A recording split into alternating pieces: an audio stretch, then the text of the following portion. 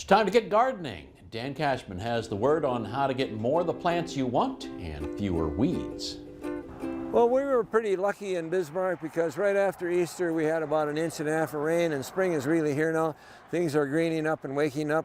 We've got our garden prepped with our fertilizer, rototilled in, and our gypsum and peat moss. And Casey did a great job on the first 2 segments. But today I want to talk about dividing some of your perennials, which could have been done by now and maybe still can be done. This is hosta.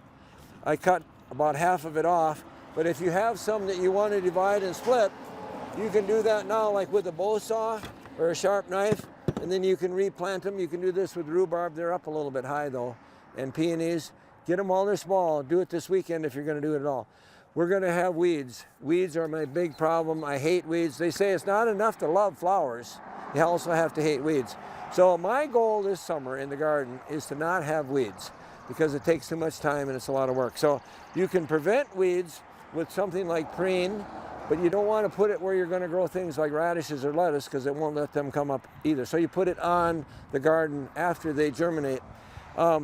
But in your lawn, we've got weeds already. The wonderful little yellow flowering dandelions, you can kill them with 2,4-D. It's safe. Don't do it when it's windy, and don't do it when it's hot. Under 80 degrees and when it's calm.